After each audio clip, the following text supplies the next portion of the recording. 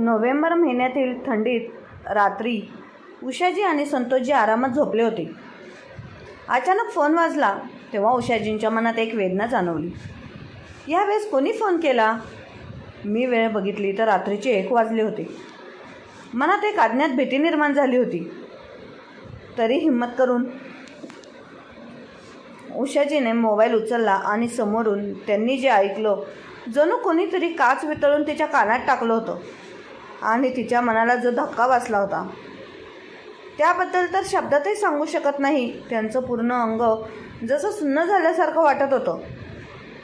व्याकुळ त्या नजरेने दरवाजात बघत ती काही वेळ शांतपणे ऐकत राहिली आणि मग आश्चर्याने म्हणाली, नाही, इथे ये. बोलता बोलता ती गप्प झाली आणि मग तिच्या हातातून मोबाईल निसटला. उषाजी धाडकन जमिनीवर बसल्या. अगं उषा, उठ. काय झालं? कुणाचा कॉल आला होता? बोल उषा, माझा जीव जातोय. तू असं का वागतेस? कोणाचा फोन होता? संतोषजी आश्चर्याच्या स्वरात बोलले. मग उषाजी म्हणाल्या, महेशचा कॉल होता. जावयाचे नाव ऐकताच संतोषजींच्या चेहऱ्यावर कटुतेचे भाव उमटले आणि मोठ्या आवाजात म्हणाले, काय बोलला तो निर्लज्ज माणूस? आपली मुलगी मंजू. बोलता बोलता उषाजी रडायला लागल्या. मंजूला काय झालं? संतोषजींनी काळजीच्या स्वरात विचारलं. तेव्हा उषाजी म्हणाल्या, मला माहीत नाही. ती संध्याकाळपासून बेपत्ता आहे. तिच्यासोबत छोटी मुलगी होत आहे. तेव्हापासून सासरचे लोक तिचा शोध घेत आहेत. मंजू इथे आली आहे का? हे विचारण्यासाठी त्यांनी फोन केला होता. मंजू गायब आहे, पण ती इथे आली नाही तर कुठे गेली असेल? हे सांगताना संतोषजींचा गळा भरून आला. खूप घाबरले होते ते तर. उषाजी म्हणाल्या, मला माहीत नाही ती कुठे असेल, कोणत्या स्थितीत असेल. किती वेळा सांगितलं की आपली मुलगी खूप अस्वस्थ आहे, तिला त्रास होतोय. तिकडे ते लोक तिला प्रत्यक्षाने त्रास देतात. आता आपण तिला तिकडे राहू देऊ नये. इकडे घेऊन या. पण तुम्ही माझं कधीही ऐकलं नाही. त्या लोकांच्या अत्याचाराने ती दुःखी होत होती. ती असंच रडत नव्हती फोनवर. उषाजी रडत रडत बोलत होत्या. तेवढ्यातच अचानक तिच्या मनात विचार आला आणि ती घाबरून ओरडू लागली. त्यांच्या घराजवळच एक विहीर आहे. त्या विहिरीत बुडून तर संतोषजी जोरात म्हणाले, बस कर उषा, बस कर. उषा, काहीही बोलू नकोस. असंही असू शकतं. तिथून कंटाळून तिच्या मैत्रिणीच्या घरी गेली असेल. तिला तिच्या मैत्रिणीला भेटायचं असेल, पण सासरचे लोक नकार देत असतील असा विचार करून ती त्यांना न सांगता बाहेर गेली असावी. कुणास ठाऊक उद्या परत येईल असे बोलून संतोषजी पत्नी उषाला सांत्वन देत होते. पण त्यांच्या मनात त्यांच्या मुलीची काळजी वाटत होती. त्यांना तेव्हा उषाजी आपल्या नवऱ्याकडे रागवलेल्या नजरेने पाहत म्हणाल्या, ठीक आहे, उद्या परत येशील का? येईल का माझी मुलगी? कुठे परत येईल? त्या सासरच्या घरात, जिथे त्या लोकांनी तिथं जगणं मुश्किल केलं होतं. जे तिला मारायचा विचार करत होते की ती तिच्या आईवडिलांकडे येईल, जे तिचं दुःख आणि मरताना प्रत्यक्षाने पाहत होते, पण तोंडात दही देऊन गप्प बसले होते. त्रास गुदमरल्यासारखा आणि अस्वस्थतेमुळे तिच्या कठीण झालं असताना दुसरा मार्ग उरला होता का? तिच्याकडे तिथे राहून जीव गमवायचा आहे तर मग रोज रोज का मारायचं? एका झटक्यात जीव गेलेला बरा. या विचाराने आपल्या मुलीने हे पाऊल उचललेलं असावं. बोलता बोलता उषाताईंची छाती भरून आली, पण मनाचं दुःख काही कमी झालं नाही. उषाजी आणि संतोषजी त्यांच्या खोलीतून येणाऱ्या आवाजांनी त्यांची धाकटी मुलगी रियालाही जाग आली.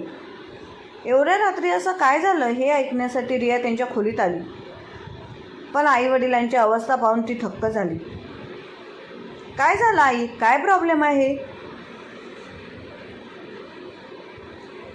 तू अशी का रडत आहेस? उषाजींना हात जोडून रियाने विचारलं. तेव्हा उषाजी म्हणाल्या, रिया बेटा, आज तू मंजूशी बोलली होतीस का? नाही आई, माझं काहीच बोलणं झालं नाही ताईबरोबर. पण का? काय झालं? रिया बेटा, आपली मंजू गुडियाला घेऊन तिच्या सासरच्या घरून कुठेतरी निघून गेली आहे. अजूनपर्यंत घरी आली नाही. काय ताई कुठे निघून गेली? रिया आश्चर्यचकित होऊन म्हणाली, माहीत नाही बेटा, तिच्या मैत्रिणींना फोन करून बघ. माझ्या मुलीची काय अवस्था असेल कुणास ठाऊक. बोलता बोलता उषाजींना दम लागला.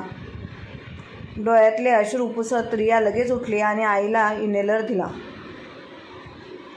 आधार देऊन त्यांना बेडवर झोपवले. आई काळजी घे, तिचं सगळं काही ठीक होईल, काही होणार नाही ताईला. सकाळ होताच मी ताईच्या सगळ्या मैत्रिणींना फोन करून विचारते. घरातील सर्व सदस्यांचा जीव धोक्यात होता, पण एवढ्या रात्री मंजूला शोधणं सोपं काम नव्हतं. सकाळ झाल्यावरच जाता येईल इकडे. उषाजींना एक एक क्षण घालवणे अवघड होते. डोळ्यातून अश्रूसारखे वाहत होते आणि हृदयाची तर राख होती. हळूहळू त्यांना दोन्ही मुलींच्या बालपणीच्या आठवणी डोळ्यासमोर तरळू लागल्या. मंजूचा जन्म झाला तेव्हा मुलगी झाली या विचाराने तिच्या आजीने तिला हातात घेणं तर दूरच, तिला पाहिलंही नाही.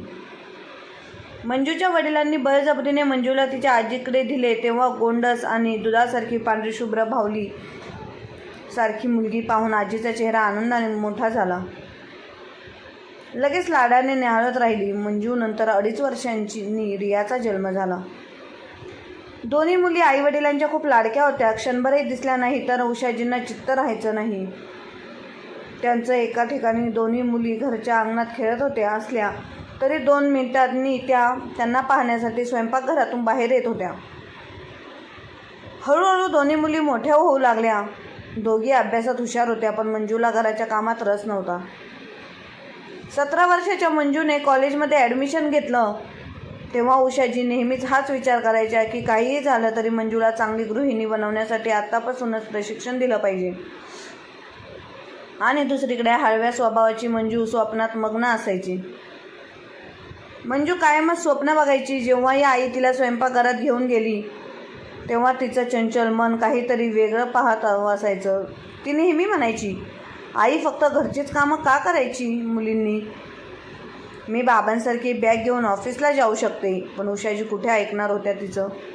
शेवटी ती घरातील सर्व कामात हुशार झाली. उषाजींना आठवू लागलं की मंजू कॉलेजला जायला निघाली. कॉलेजला जायला लागली होती तेव्हा तिला तिच्या सुरक्षतेची किती काळजी वाटत होती. एके दिवशी मंजूला कॉलेजमधून यायला थोडा उशीर झाला तेव्हा उषाजी अस्वस्थ झाल्या. संतोषजी त्यांना समजावत होते की तिला काही कामामुळे उशीर झाला असावा, पण आईचं मन कुठे ऐकणार होतं. कधी ती गच्चीवर तर कधी दारात उभी असायची. दूर गल्लीपर्यंत तिची नजर जाऊ लागली.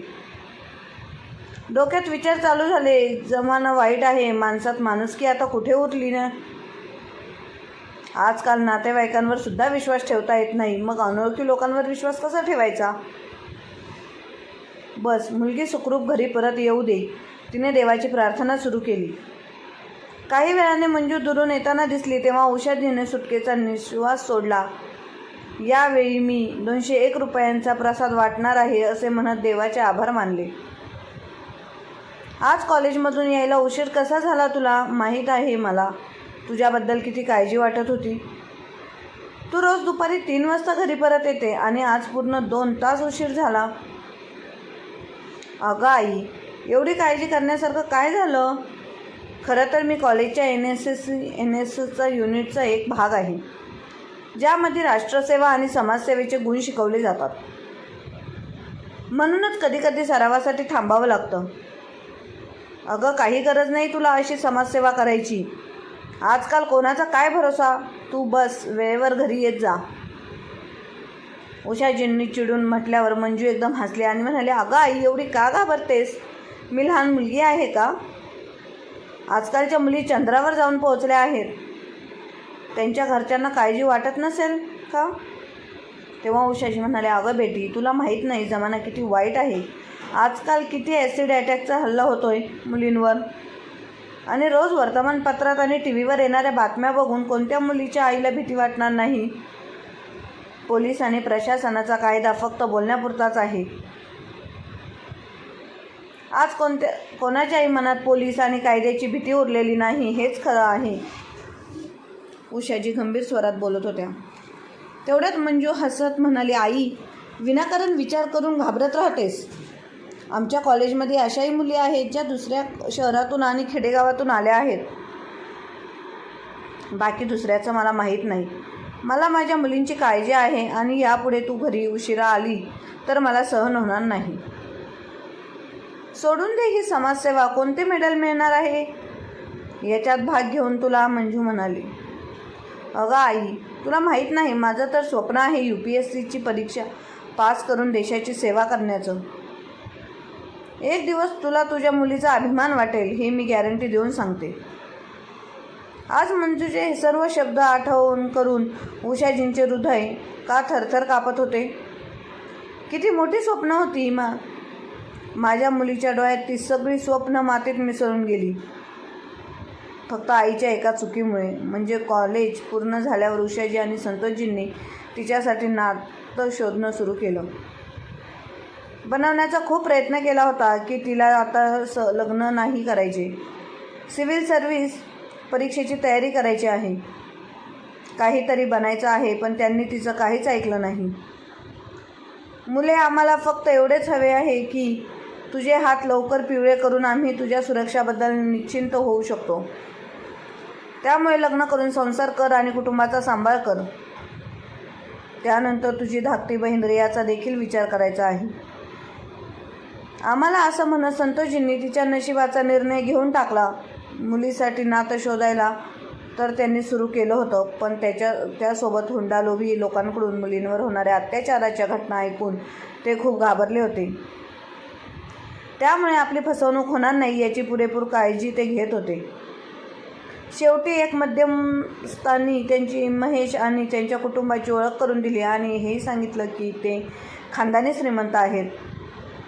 त्यांनी हुंड्याची काहीच मागणी नाही.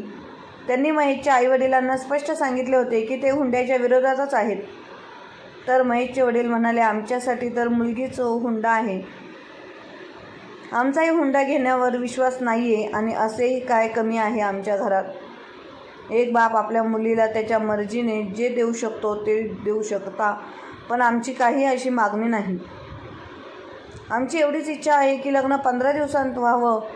महेशच्या आईवडिलांचे विचार पूर्ण जाणून उषाजी आणि संतोषजी समाधानी झाले आणि लग्न त्यांनी ठरवून दिलं. पण शगुन विधीच्या एके दिवस आधी मध्यस्थांचा फोन आला. बघा संतोषजी, तुम्ही सगळी व्यवस्थित कराल, पण त्या मुलाच्या घरच्यांचा एवढंच पाहिजे की फक्त नातेवाईकांसमोर त्यांचा मान राखला पाहिजे. त्यामुळे शगुनच्या ताटात किमान 2 लाख रुपये अवश्य ठेवा आणि मुलाचे आईवडील आणि बहिणीसाठी सोन्याचे दागिने असावेत. बाकी तुम्हाला जे काही द्यायचं आहे ते तुमची इच्छा. हे ऐकून संतोष आश्चर्यचकित झाले, पण हाच विचार केला की त्यांनी एकच मागणी केली म्हणून त्यांनी ती मान्य केली. आनंदी वातावरणात सर्व तयारी चालू होती. पण लग्नाच्या 4 दिवस आधी पण उषाजींना मुलाच्या आईचा फोन आला आणि म्हणाल्या, बघा उषाजी, आमची इच्छा आहे की नातेवाईकांना जे कपडे तुम्ही द्याल ते कपडे ब्रँडेड असावेत आणि साड्यांची किंमत 4 ते 5 हजार रुपये असायला पाहिजे. संतोषजी आणि उषाजी यांना वाईट वाटलं, पण तरी त्यांनी कोणताही विरोध न करता त्यांचं म्हणणं मान्य केलं. मग दुसऱ्या दिवशी मुलाचे वडील म्हणाले, अहो संतोषजी, तुमच्या जावयाला कोणती गाडी देत आहे? तर संतोषजी म्हणाले, पण भाऊसाहेब, गाडी द्यायचं तर काहीच ठरलं नव्हतं. तर महेशचे वडील म्हणाले, त्यात काय ठरवायचं, आजच्या काळी हे सर्व आवश्यक आहे. संतोषजींच्या कपाळावर काळजीच्या रेषा उमटल्या होत्या आणि ते म्हणाले, हे सर्व आमच्या बजेटच्या बाहेर होईल. अरे नाही संतोषजी, लग्न करण्यात थोडाफार खर्च होतच असतो की आम्ही तर तुम्हाला कळवले आहे, बाकी तुमची इच्छा. एवढं बोलून त्यांनी फोन कट केला. हे जेव्हा उषाजींनी ऐकलं तेव्हा त्यांना आश्चर्य वाटलं. या लोकांची मागणी तर वाढतच होती. आम्हाला आमच्या दुसऱ्या मुलीचे लग्न करायचे आहे. पण संतोषजी म्हणाले, उद्या लग्न आहे आणि लग्नाची सर्व तयारी पूर्ण झाली आहे. आता आपण काहीच करू शकत नाही. तू मंजू आणि रियाला काही सांगू नकोस. मी बघेन सगळं. कसं तरी कर्ज घेऊन सगळी व्यवस्था केली.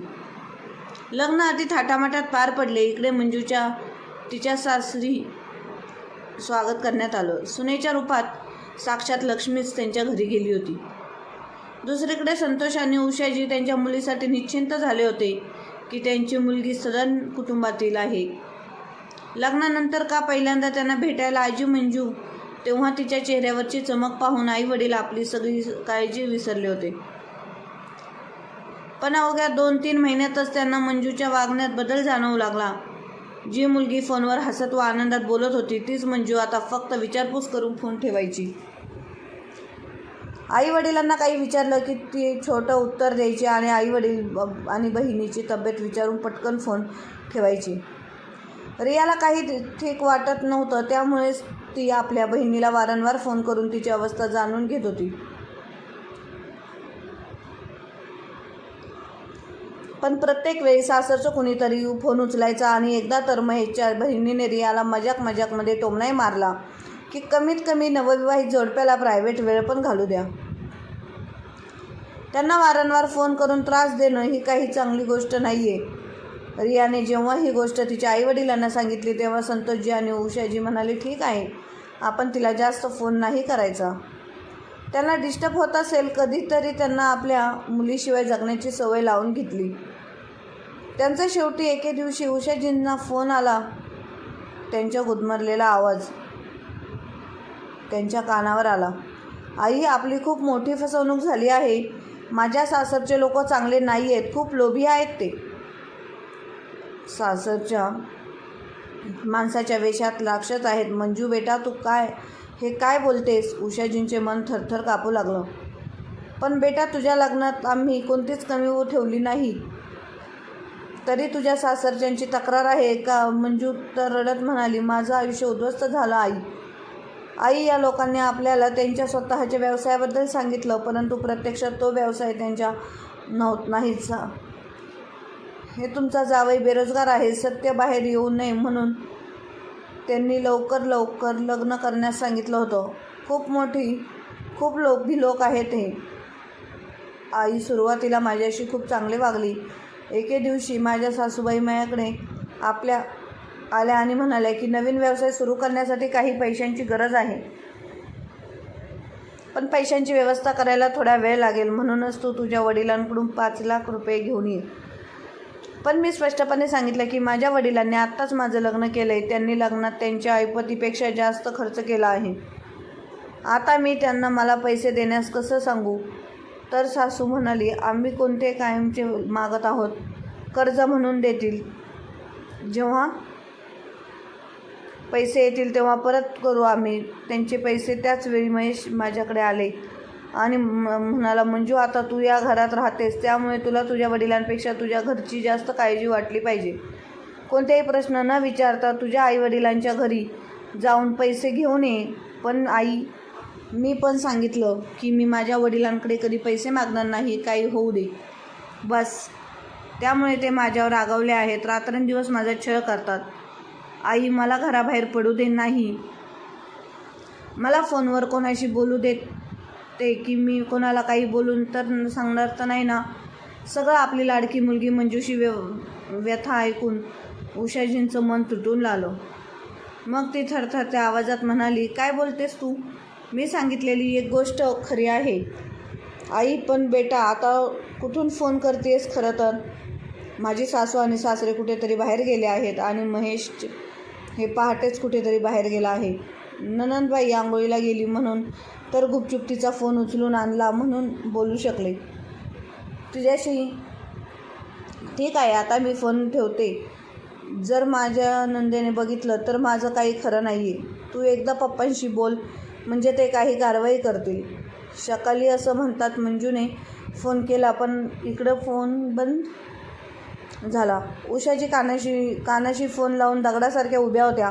हृदयाला जसा मोठा धक्का बसला होता. त्यांनी संतोषजींना फोन केला आणि पटकन यायला सांगितलं. उषाजींचा घाबरलेला आवाज ऐकून संतोषजी आपले काम पूर्ण न करता घरी पोहोचले. तेव्हा उषाजींनी त्यांना रडत संपूर्ण गोष्ट सांगितली. आपल्या लाडक्या मुलीवर झालेल्या अत्याचाराची कहाणी ऐकून संतोषजींच्या डोळ्यातून अश्रू वाहू लागले. तेव्हा उषाजी रडत म्हणाल्या, आता तुम्ही काहीतरी करा. माहीत नाही माझी मुलगी गुदमरून कशी असेल त्या हैवानांच्या घरी. उषा, ही हिंमत हारायची वेळ नाही, त्यापेक्षा समजदारीने काम घेण्याची आहे. तिला भेटायला आपण उद्या जाऊ. आपल्याला भेटून तिला काही हिंमत मिळेल प्रयत्न करू की काही दिवसांसाठी तिला आपल्या घरी घेऊन येऊ. दुसऱ्या दिवशी संतोषजी आणि उषाजी त्यांच्या मुलीला घरी पोहोचले. उषाजींनी जेव्हा आपल्या मुलीला डोळे भरून पाहिले तर आश्चर्य वाटले. एकेकाळी फुलासारखा फुलणारा चेहरा आज त्या चेहऱ्याचे सौंदर्य पूर्ण नाहीसं झालं होतं. भाऊंच्या तर खूप दूरची गोष्ट, ती तर हे बघून हैराण होती की लग्नाच्या वेळी जी माणसं सभ्य स्वाभिमानी दिसत होती, आज त्याच माणसांच्या चेहऱ्यावर फक्त संतापाचे भाव दिसत होते. ते स्वतःला असे महसूस करत होते जसं जेलरच्या समोर एखादा गुन्हेगार उभा आहे. जेव्हा आमची मुलगी मंजूला भेटली तेव्हाही मन मोकळेपणाने बोलू शकले नाही तिच्याशी, कारण सगळे तिथे घिरट्या घालत होते. त्याच्यासमोर मंजू काहीच बोलू शकली नाही. शेवटी हिंमत एकवटून त्यांनी मंजूच्या सासऱ्यांना विचारले, भाऊसाहेब, तुमची परवानगी असेल तर मी माझ्या मुलीला काही दिवसांसाठी घरी घेऊन जायचं होतं मला. तिला पण समोरून दोन शब्दात नाही ऐकू आलं. पुढच्या आठवड्यात बहिणीच्या मुलीचं लग्न असून सर्वांना तिकडं जाणं आवश्यक होतं असं सांगत त्यांनी मंजूला पाठवण्यास नकार दिला.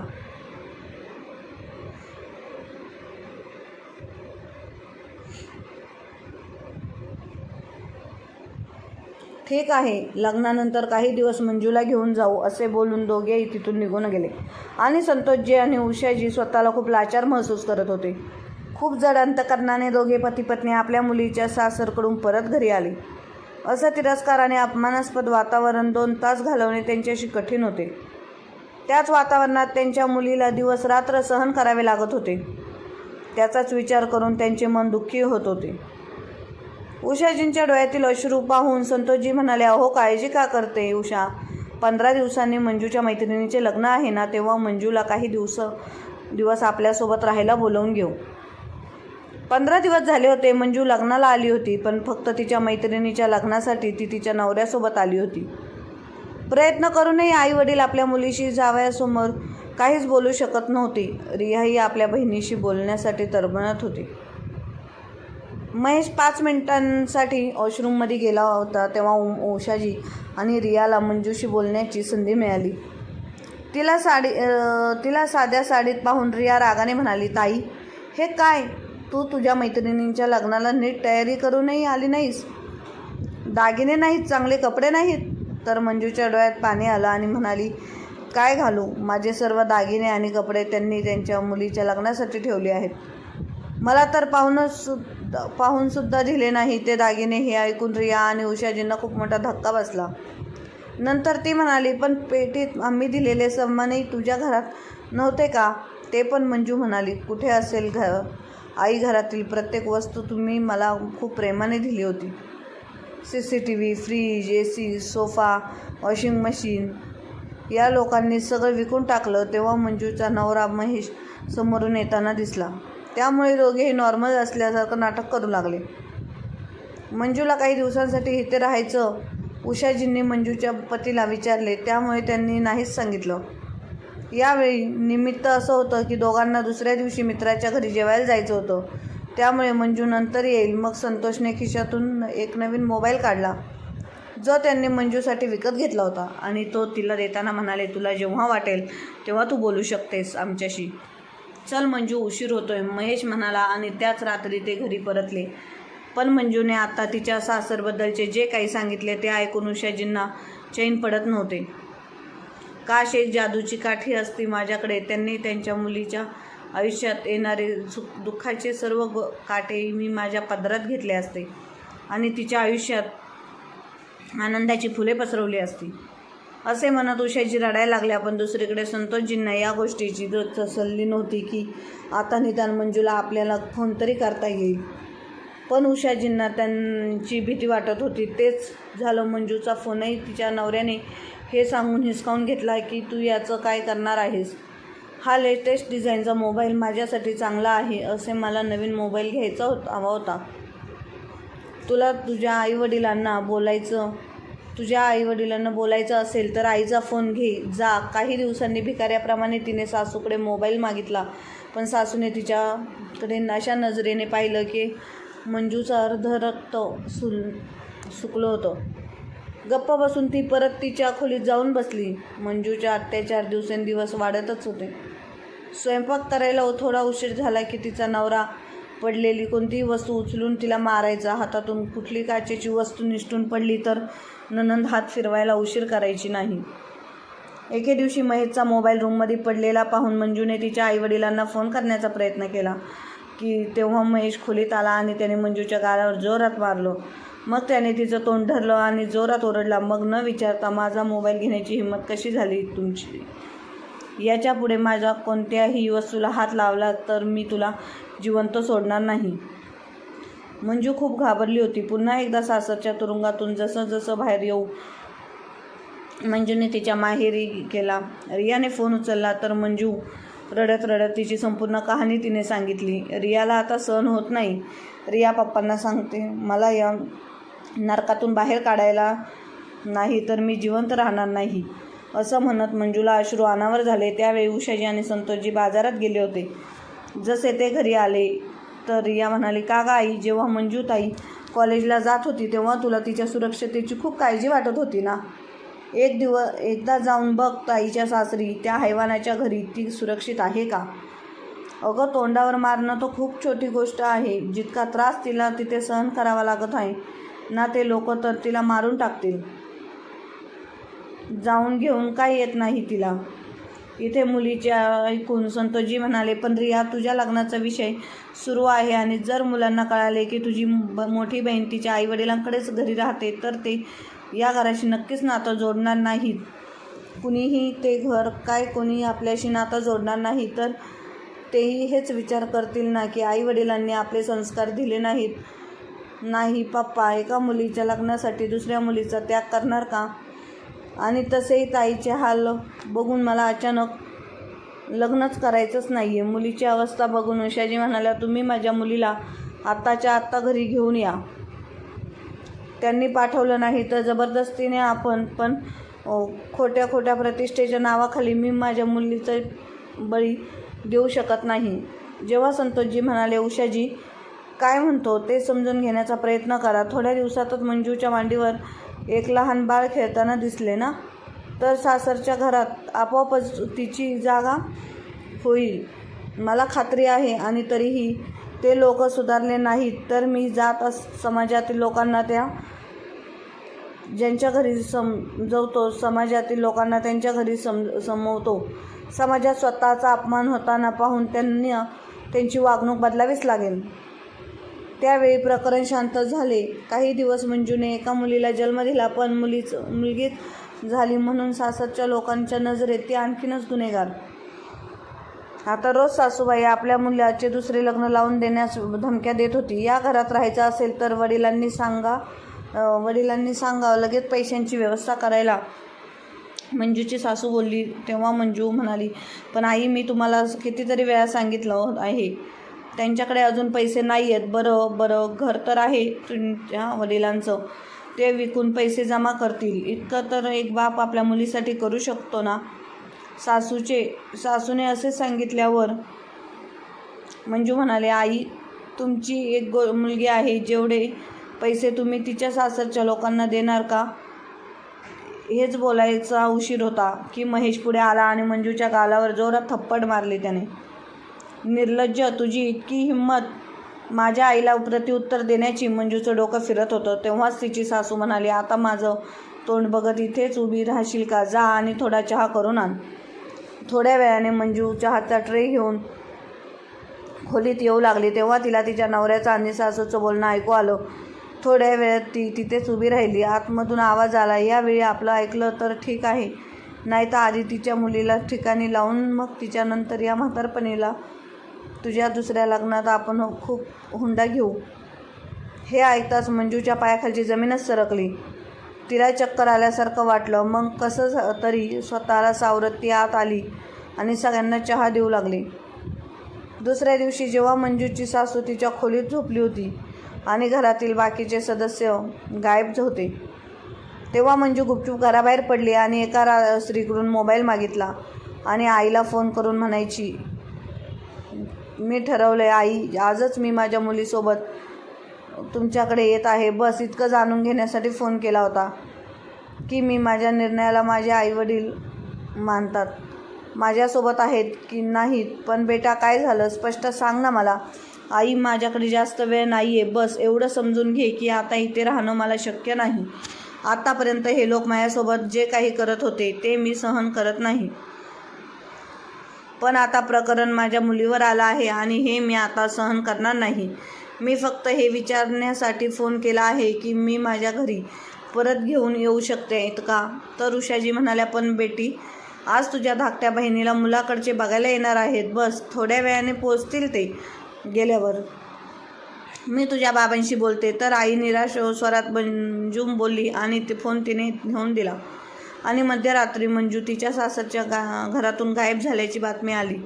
अंथरुणावर पडलेल्या उषाजींना जाणवले की सकाळ झाली. संतोषजी त्यांच्या शेजारी राहणाऱ्या मित्राचा सल्ला घेण्यासाठी गेले की काय करावं. आता इकडे रिया मंजूच्या मैत्रिणींना फोन करून मंजूबद्दल विचारतात तेव्हा उषाजी तिच्या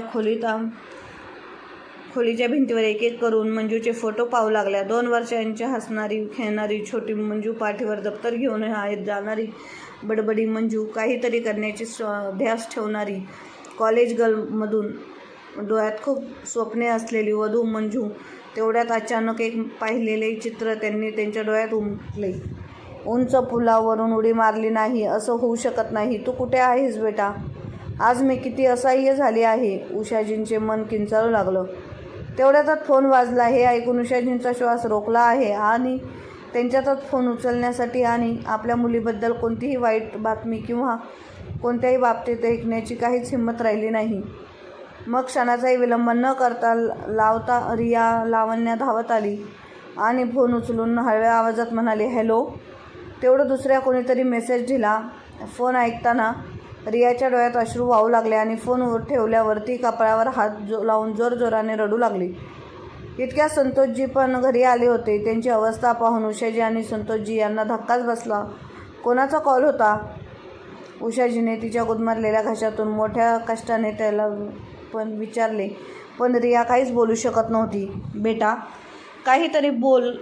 कोणाचा फोन होता? सर्व काही उघड असू नये. संतोषजी व्याकुळतापूर्वक बोलत होते. तेव्हा रिया आपल्या आईवडिलांना मिठी मारून जोरजोराने रडू लागली आणि म्हणाली, देवाने आपलं ऐकलं आहे. पप्पा, ताई एकदम ठीक आहे आणि चांगली आहे. काय खरं बोलतेस ना बेटा? उषाजींच्या कोमजलेल्या चेहऱ्यावर हसू उमटलं. हो आई. ताई काल संध्याकाळी परीला घेऊन महिला आयोगात पोहोचली होती. ताई तिथे पूर्णपणे सुरक्षित आहे आणि आयोगाच्या मदतीने तिने त्यांच्या सासरच्या लोकांविरुद्ध पोलिसात तक्रारही दाखल केली आहे. हे सांगण्यासाठी त्यांनी फोन केला होता, जेणेकरून आपल्याला तिची काळजी वाटू नये. हे ऐकून संतोषजी पटकन म्हणाले आणि घरातून बाहेर जाऊ लागले. तेव्हा उषाजीने विचारलं, कुठे जात आहात? आपली मुलगी मंजूला आपल्या घरी आणायला देवाने आपल्याला आपली चूक सुधारण्याची संधी दिली आहे आणि मला ही संधी वायाला घालवायची नाही आहे. समाज काय म्हणतो मला काही फरक पडत नाही, असे बोलून संतोषजी घरातून निघून गेले आणि आपल्या लाडक्या नातीला सोबत ते घरी घेऊन आले. तिला आपली मुलगी मंजूची अवस्था पाहून उषाजींनी तातडीने तिला मिठी मारली आणि खूप रडल्या. तेवढ्यात संतोषजींना फोन आला. अभिनंदन संतोषजी, मुलाला तुमची मुलगी रिया आवडली आहे. तेव्हा संतोषजी म्हणाले, पण आता मला रियाचं लग्न करायचं नाही आहे. मी माझ्या मुलीला पुढे शिकवणार आहे, जेणेकरून ती स्वतःच्या पायावर उभी राहू शकेल. एवढं बोलून संतोषजींनी फोन ठेवला. उषाजी आणि त्यांच्या 2 मुली मोठ्या आश्चर्याने संतोषजींकडे बघत होत्या. कदाचित त्यांच्या कानावर विश्वास बसत नव्हता. तेव्हा संतोषजी म्हणाले, मंजू बेटा, तू तुझ्या UPSCची परीक्षेची तयारी कर. मला माझ्या 2 मुलींना या समाजात स्वाभिमानाने वर मान करून चालताना पाहायचं आहे. संतोषजींचे हे शब्द ऐकताच 2 मुलींनी आनंदाने त्याच्या वडिलांना मिठी मारली. तब्बल 6 महिन्यानंतर मंजूचा महेशपासून घटस्फोट घेतला. मंजू तिच्या परीक्षेच्या तयारीत व्यस्त होती. बघता बघता अशी 4 वर्ष उलटली. 4 वर्ष निघून गेली. आज घटस्फोटाला 4 वर्ष उलटून गेल्यानंतर तोच महेश एकेकाळी हुंड्यासाठी पत्नीचा छळ करणारा आता स्वतःच्याच बहिणीला न्याय मिळवून देण्यासाठी भटकत होता. मंजूला तिच्या सासरच्या लोकांनी जशी वागणूक दिली होती तशीच वागणूक तिच्या सासरची त्याच्या बहिणीला देत होती. महेश जेव्हा आपल्या बहिणीच्या सासरच्या लोकांविरुद्ध याचिका घेऊन आई आणि बहिणीसह SP हॉस्पिटल ऑफिसमध्ये पोहोचला तेव्हा SP साहेब ऑफिसमध्ये नव्हते. महेशच्या आई आणि बहीण तिथल्या खुर्चीवर बसल्या आणि महेशने आपला अर्ज समोरच्या टेबलावर ठेवला. काही वेळाने SP गणवेशातील एक महिला वेगाने चालत आली आणि समोर ठेवलेल्या खुर्चीवर बसली. त्या महिलेला पाहून महेशच्या पायाखालची जमीनच सरकली, कारण SPच्या खुर्चीवर बसलेली ती महिला दुसरी तिसरी कोणी नसून त्याचीच पूर्वपत्नी मंजू होती. मंजूने त्याला ओळखले होते, परंतु एक नजर त्याच्यावर फिरवलीच पाहिजे तर महेशच्या बहिणीच्या चेहऱ्यावर आणि शरीरावर निळ्या खुणा होत्या. तिला पाहताच मंजूला तिची ती वेळ आठवली. डोळ्यातून अश्रू बाहेर येणाऱ्या मार्गावर होते. पण मग स्वतःवर नियंत्रण ठेवत मंजूने अनोळखी माणसांसारखा आपल्या टेबलावर ठेवलेला कागद उचलला आणि वाचायला सुरुवात केली. इकडे महेशची आई आणि बहिणीची अशी अवस्था झाली होती की त्यांना आपले रक्त येणार नाही. तेव्हा मंजू म्हणाली, ही तर हुंड्याची केस आहे. मारहाण करतात का? तुमच्या बहिणीला आणि माहेरून पैसे आणायला सांगितले जातात. या सगळ्या गोष्टी आजकाल रोज ऐकायला मिळतात. काय मिस्टर महेश? महेशच्या डोळ्यात अबगत मंजू म्हणाली. तर महेश घामाने पूर्ण भिजला होता. महेशच्या अशा अवस्था पाहून मंजू फक्त त्याच्याकडे पाहत होती. महेश त्यावेळेस रडवल्या अवस्थेत तिच्याकडे पाहत होता आणि म्हणाला, मंजू, आम्हाला माफ कर. आम्ही तुझ्या बाबतीतही असंच वागलो. मंजू, कर्म फिरून बघ कसं आलं. आमच्याच बहिणीच्या बाबतीत असं काही घडलंय की तिला खूप त्रास होतोय. तिच्या सासरच्या घरी जसा आम्ही तुला त्रास दिला तसाच त्रास माझ्या बहिणीला दिला जातो. तिला पैशांसाठी आणि घरातील वस्तूंसाठी माहेरी पाठवलं जातं. तिला मारहाण केली जाते. ते मला फार वाईटच वाटतं. आम्ही तुझ्याशी असंच वागत होतो. आम्हाला माफ कर मंजू. पण तू कशी एवढी मोठी झालीस? तू कशी परीक्षा दिलीस आणि SP ऑफिसर झालास? आम्हाला माफ कर मंजू. आम्हाला आमचं कर्माचे फळ मिळाले. पण माझ्या बहिणीच्या बाबतीत हे दुःखद घटना घडायला नको. तिच्या आयुष्यात खूपच अडचणी चालू आहेत. तिला खूप त्रास होत आहे, मनस्ताप होत आहे. तिच्या घरचे तिला खूपच त्रास देत होते. मंजू, आम्ही तुला खूप त्रास दिला त्याबद्दल आम्ही माफी मागायच्या लायकीचे नाही आहेत. पण माझ्या बहिणीला तेवढं मात्र त्याच्यातून वाचव.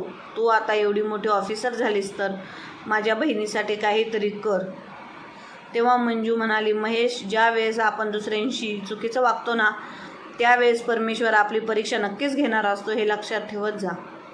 जसं तुझ्या बाबतीत घडलं तसं तुम्ही मला त्रास दिला तसं तुमच्या आयुष्यात तुझ्या बहिणीच्या बाबतीत झालं. त्यावेळेस तुम्हाला त्याची कळकळ लागली, तिचा त्रास तुम्हाला जाणवला. पण ज्या वेळेस तुम्ही मला त्रास देत होतास त्यावेळेस तुम्हाला तो त्रास जाणवला नाही का? असो, तरी मी तुम्हाला मदत करायला तयार आहे. आणि शेवटी मंजू त्याच्या बहिणीला न्याय मिळवून देते. पण मंजू महेश आणि त्याच्या घरच्यांना त्रास मात्र माफ करत नाही. महेश खूप वेळा तिची विनवणी करतो, माफी मागतो आणि घरी घेऊन जाण्यासाठी तिची विनवणी करतो, पण मंजू त्याच्यासाठी तयार होत नाही. तर मैत्रिणींनो, मंजूने जे काही केलं त्याबाबत तुम्हाला काय वाटते कमेंट बॉक्समध्ये नक्की कळवा. मित्रांनो, मंजू जर तशीच रडत राहिली असती आणि त्रास सहन करत राहिली असती तर नक्कीच तिला मृत्यूच्या सामोरं जावं लागलं असतं. पण ती धडाडीने उभी राहिली आणि स्वतः UPSCची एक्झाम देऊन ती स्वतः SP ऑफिसर झाली. आणि महेश, त्याच्या कुटुंबियांना मात्र त्याच्या कर्माचं फळ भोगावं लागलं. तर मग मित्रांनो, कर्म जसं आपण करतो ना तसंच फळ आपल्याला भोगावं लागतं.